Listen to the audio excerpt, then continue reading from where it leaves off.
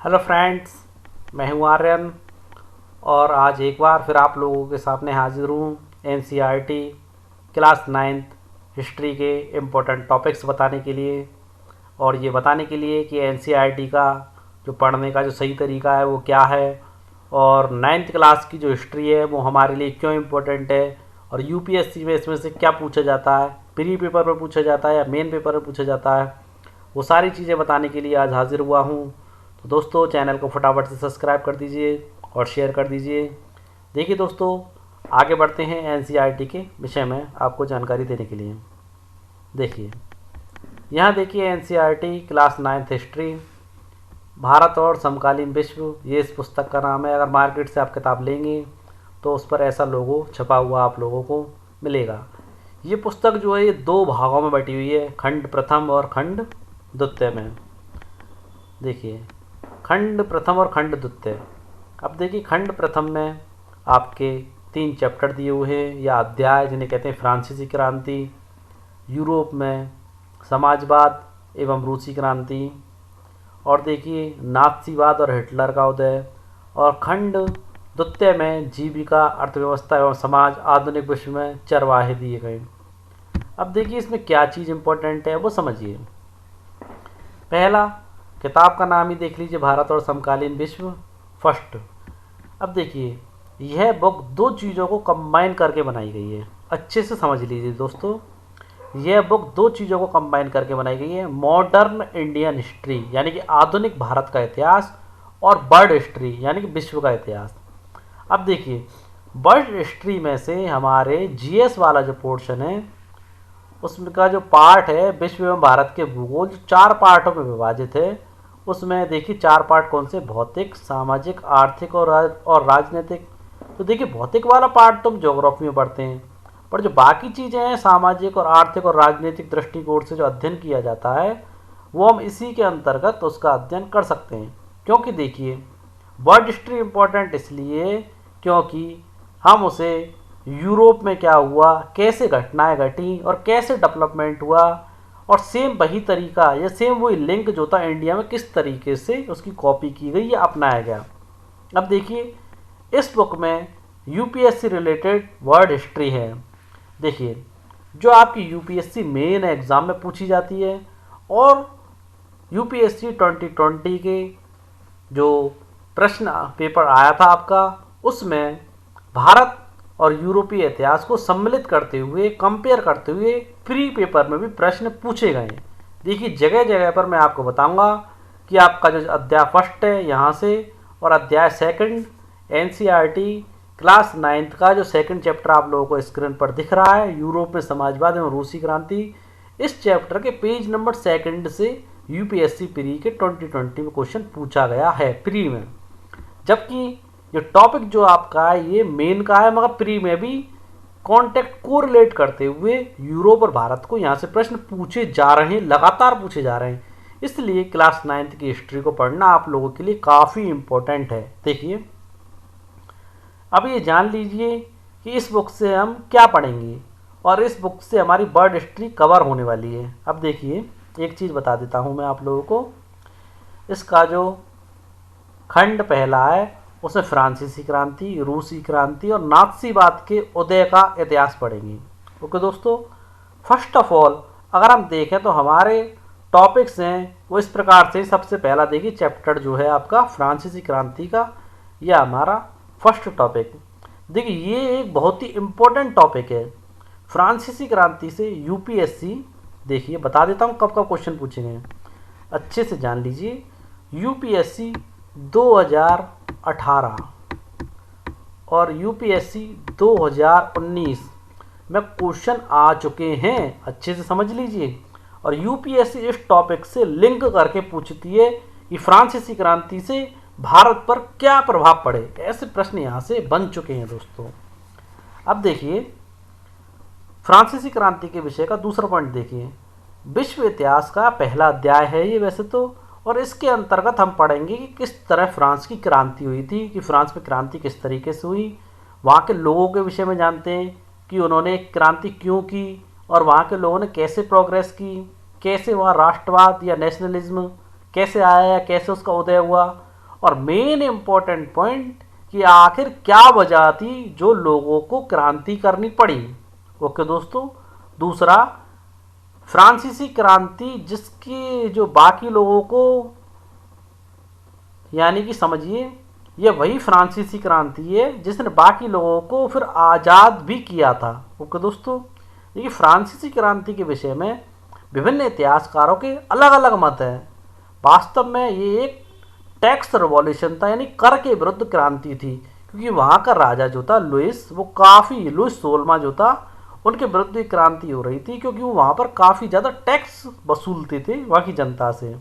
देखिए लुइस 16वें के खिलाफ ये क्रांति हो रही थी, क्योंकि वह समाज विभिन्न श्रेणियों में भी बटा हुआ था और टैक्स भी काफ़ी वसूला जा रहा था। अब देखिए समाज विभिन्न श्रेणियों में बटा हुआ था, उसको मैंने दिखाने के लिए यहाँ पर एक चित्र लगाया है। यहाँ देखिए प्रथम एस्टेट में पादरी वर्गों को रखा गया था, द्वितीय एस्टेट में कुलीन वर्गों को रखा गया था, और तृतीय एस्टेट में बड़े व्यवसायी, व्यापारी, अदालती कर्मचारी, वकील आदि रखे गए थे, और तृतीय में किसान और कारीगर रखे गए थे, छोटे किसान, भूमिहीन मजदूर, ये सारे रखे गए थे। देखिए एस्टेट का समाज, इस तृतीय एस्टेट में कुछ लोग अमीर हैं और कुछ लोग गरीब भी हैं।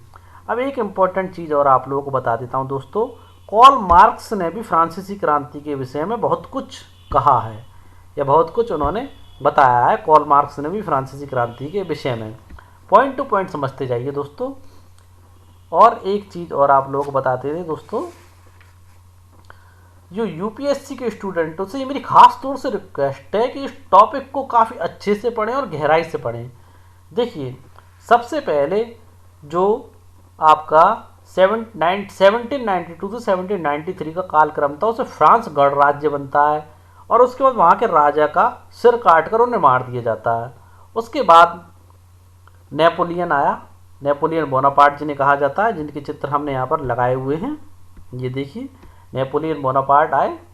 नेपोलियन ने सबके लिए समानता की बात की, और ये जो आपका सबसे इम्पोर्टेंट है नेपोलियन, क्योंकि इम्पोर्टेंट टॉपिक है नेपोलियन के ऊपर। ओके दोस्तों, नेपोलियन ने सबके लिए समानता की, इक्वलिटी की बात की, आचार संहिता की बात की, इन्होंने न्याय जस्टिस की मांग की।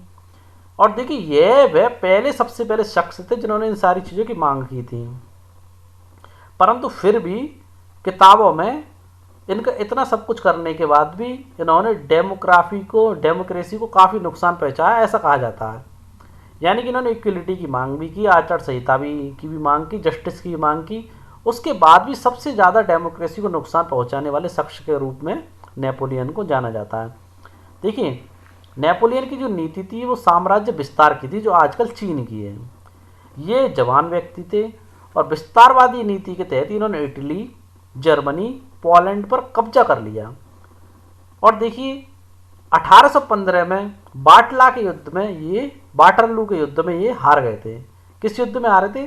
1815 वाटरलू के युद्ध में ये हार गए थे। अब देखिए 1804 सन यहाँ लिख देता हूँ मैं, 1804 इम्पोर्टेंट है इनसे संबंधित।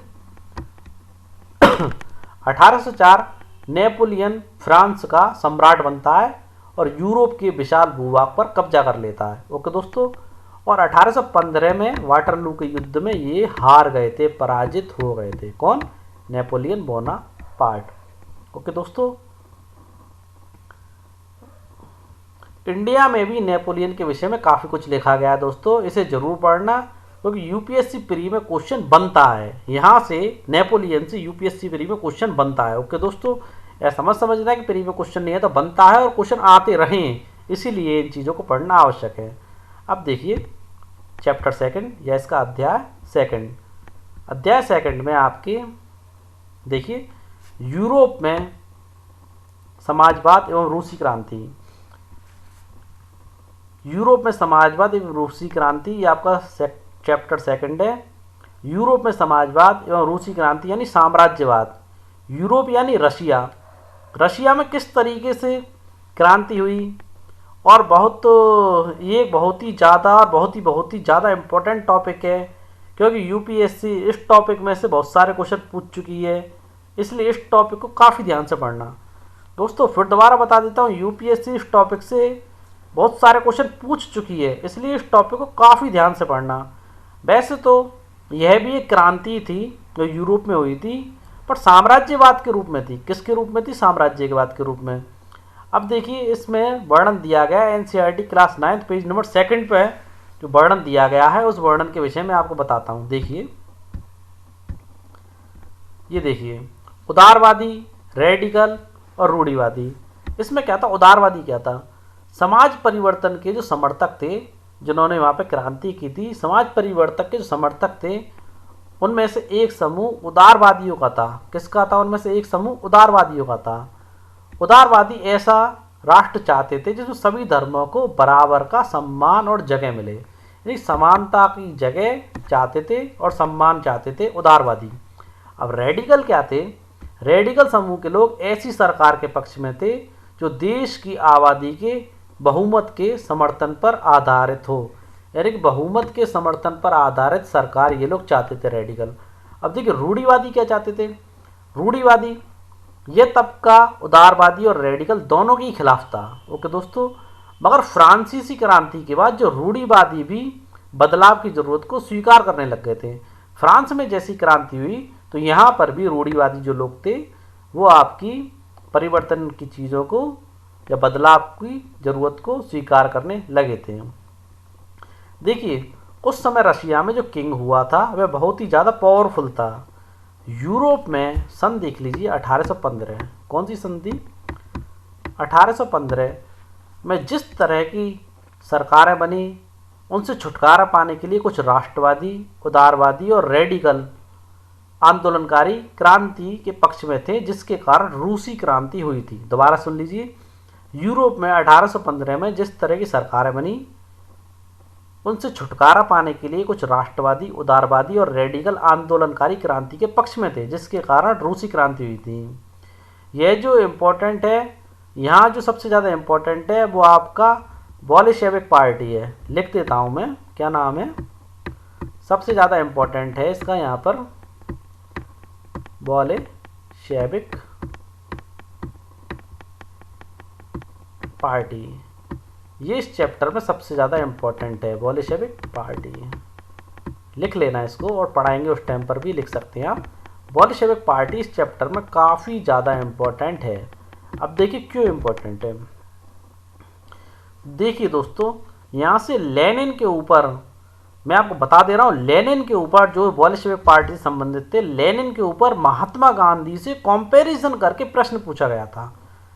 देख लीजिए अच्छे से, बताता चल रहा हूँ मैं आपको जगह जगह पर कि यहाँ से लेनिन के ऊपर महात्मा गांधी से कंपैरिजन करते हुए प्रश्न पूछा गया था।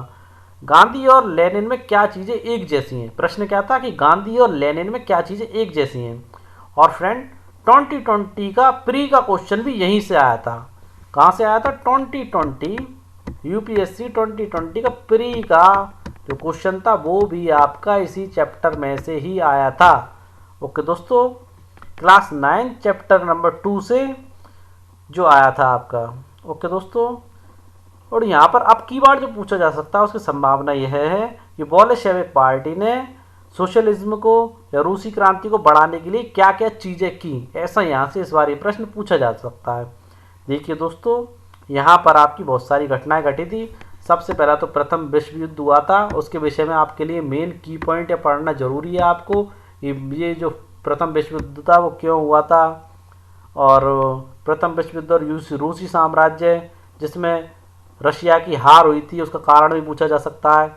और यहाँ पर फरवरी क्रांति, फैब क्रांति यानी कि फरवरी क्रांति क्यों हुई थी। उसके बाद अगस्त क्रांति के विषय में भी यहाँ से मेन की पॉइंट है इसका, अगस्त की जो क्रांति यहाँ पर हुई थी। ओके दोस्तों, और कैसे हुई थी, क्यों हुई थी, और इसका क्या प्रभाव पड़ा था, दूसरे देशों पर क्या प्रभाव पड़ा। और बहुत ज़्यादा इन दोनों टॉपिक्सों को, इन सारे टॉपिक्सों को पढ़ना ज़रूरी है, क्योंकि यहाँ से लगातार क्वेश्चंस आपके पूछे जाते रहे हैं दोस्तों। और देखिए तीसरा चैप्टर मेन इसका जो आपके 3 खंडी, जो पहला खंड है वो ही इम्पोर्टेंट है, दूसरे खंड इसका इतना इम्पोर्टेंट नहीं है दोस्तों। प्रथम खंड से ही, प्रथम खंड में भी चैप्टर नंबर पहला और चैप्टर नंबर दूसरा, इससे क्वेश्चन लगातार पूछे जाते रहे हैं। अब देखिए तीसरे चैप्टर में से बता देते हैं क्या इम्पोर्टेंट है। नाज़ीवाद और हिटलर का उदय। देखिए नाज़ीवाद और हिटलर के उदय में, हिटलर का नाज़ीवाद भी अपने आप में इम्पोर्टेंट है। इसमें आपका उसके गणराज्य के विषय में, पहला विश्व युद्ध जो 1914 से 1918 में हुआ था, युद्ध का क्या असर पड़ा, यूरोप का मतलब पूरा निचुड़ गया था, यूरोप को लगता था कि वो इस युद्ध को जल्दी जीत लेंगे और युद्ध काफ़ी लंबे अरसे तक चलाता था, पूरी आर्थिक इकोनॉमिकली रूप से यूरोप पूरी तरीके से निचुड़ गया था। और फिर हिटलर का उदय हुआ, हिटलर के उदय के बारे में पढ़ा जाएगा इसमें, मेन की पॉइंट इसका। फिर लोकतंत्र का ध्वंस किस प्रकार हुआ, फिर पुनर्निर्माण किस प्रकार हुआ, हिटलर ने जो अर्थव्यवस्था के लिए किसको नियुक्त किया था, जिनको नियुक्त किया था उनका नाम था हॉलमार शाख्त। अर्थव्यवस्था को दोबारा पटरी पर लाने के लिए हिटलर ने नियुक्त किया था। और अगला जो इसका की पॉइंट है वो आपका है नात्सीवाद का दृष्टिकोण क्या था, नात्सीवाद राज्य की स्थापना कैसे हुई, नात्सी जर्मनी में युवाओं की स्थिति क्या थी, मातृत्व की नात्सी सोच क्या थी, आम जनता और मानवता के खिलाफ हुई जो अपराध बनाया गया था वो कैसे बनाया गया था। ये सारे इसके मेन पॉइंट हैं। तो दोस्तों इम्पोर्टेंट रूप से हम अपनी वीडियोस में आपको यही चीज़ें पढ़ाएंगे और बाकी की जो अध्याय खंड जो दूसरा है वो नहीं पढ़ाएंगे आपको, क्योंकि अध्याय खंड ये बार बार आपको पढ़ना पड़ेगा, क्योंकि आपकी जो आगे की जो एनसीईआरटी की बुक्स हैं उनमें इन चीज़ों का डीपली अध्ययन दिया गया है। यहाँ पर ये काफ़ी शॉर्ट में दिए गए हैं, तो एक ही चीज़ को बार बार पढ़ना युक्त नहीं लगता है। जब एनसीईआरटी के आगे के हम क्लासों की जो हिस्ट्री लेंगे उसमें इन दोनों टॉपिक्स को डीपली दिया गया, तो वहाँ से इन दोनों टॉपिक्स के मेन इंपॉर्टेंट पॉइंट आपको कंप्लीट करा देंगे। यहाँ पर मेन इंपॉर्टेंट चीज़ खंड खा है, तो इसको पढ़ना काफ़ी इंपॉर्टेंट है। प्रश्न लगातार मेन और प्री में बनते ही रहे हैं। आप पिछले पेपर्स को उठा करके देखेंगे तो सबसे ज़्यादा प्रश्न आपको इन दोनों अध्यायों में से मिल जाएंगे और यहाँ से भी प्रश्न आपको मिलेंगे, यूपीएससी प्री में भी और मेन में भी। तो इन तीनों को काफ़ी अच्छे और डीपली तरीके से पढ़ना है। बाकी का खंड जो सेकंड है वो हम आपको आगे की एनसीईआरटी की जो बुक्स हैं उनमें डीपली इन पॉइंटों को कराएंगे। पर इस वक्त आप जीविका, अर्थव्यवस्था और समाज के मेन की पॉइंट जान लीजिए। इसमें क्या है, वन्य समाज और उपनिवेशवाद, पहला पॉइंट इसका ये है की पॉइंट। फिर वनों का विनाश जो हुआ था, फिर बागान, व्यावसायिक वानिकी की शुरुआत कैसे हुई, नए व्यापार, नए रोजगार, नई सेवाएं और वनों में जो विद्रोह हुआ वो इसके की पॉइंट में है। युद्ध और वन विनाश कैसे हुआ ये इसके की पॉइंट में है। ओके दोस्तों, इसके की पॉइंट बता दिए हैं। अब देखिए आधुनिक विश्व में चरवाहे, इसके की पॉइंट और जान लीजिए। देखिए आधुनिक विश्व में चरवाहे जो थे पठार, मैदान और रेगिस्तानी इलाकों में पशुओं को ले जा करके चरवाहे पना करते थे, यानी कि पशु घास वगैरह को चढ़ते थे, उसके विषय में जानकारी दी गई है। औपनिवेशिक शासन और चारवाहों का जीवन, इस विषय में जानकारी दी गई है। अफ्रीका में चारवाह जीवन, इसके विषय में भी जानकारी दी गई है। इसके बाद भी एनसीईआरटी बुक्स में वर्ल्ड हिस्ट्री दी गई है, वहाँ से हम आपको ये पूरा कॉन्सेप्ट आपका जो है कंप्लीट करा देंगे। और यहाँ पर अभी हम इन तीनों चैप्टरों को ही लेंगे अपनी वीडियोस में और इन दोनों चैप्टरों को आगे आने वाले वीडियोस में लेंगे, क्योंकि यहाँ पर इसमें डीपली नहीं दिया गया है और एक ही चीज़ को बार बार ना पढ़कर एक ही जगह पर कंप्लीट करेंगे, क्योंकि हमारा उद्देश्य कंपटीशन पाना है, ज़्यादा वीडियोस बनाना और थ्योरेटिकल डाल करके वेस्ट मटेरियल यूट्यूब पर डालना नहीं है। ओके दोस्तों, जो इम्पोर्टेंट चीज़ें हैं वही चीज़ें हम आप लोगों को अवेलेबल करवाएंगे और जो पूछी जा चुकी हैं और जो पूछी जाने की संभावना है वो चीज़ें बताएंगे। इसको भी पढ़ाएंगे पर पूरे मेन कॉन्सेप्ट के साथ, पूरे टॉपिक के साथ जो एनसीईआरटी की नेक्स्ट बुक्स में ये चीज़ दी गई है। तो दोस्तों आज की वीडियो उम्मीद है आप लोगों को अच्छी लगी होगी। तो दोस्तों चैनल को लाइक कर दीजिए ज़्यादा से ज़्यादा और शेयर करना तो बिल्कुल मत भूलना दोस्तों। उम्मीद है आप चैनल को लाइक, शेयर और सब्सक्राइब कर देंगे दोस्तों। कल मिलते हैं अपनी नई वीडियो के साथ, तब तक के लिए जय हिंद दोस्तों।